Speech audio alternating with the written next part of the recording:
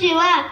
It's believed that on this night, Lord Shiva married goddess Parvati. We also believe that on this night, there was a big burst of energy in nature and Lord Shiva performed his first dance, Ananda Tandavam, the dance of bliss.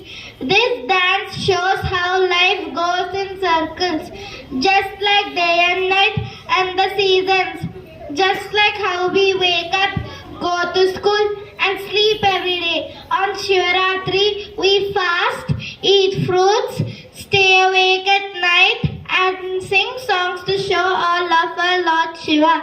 Thank you.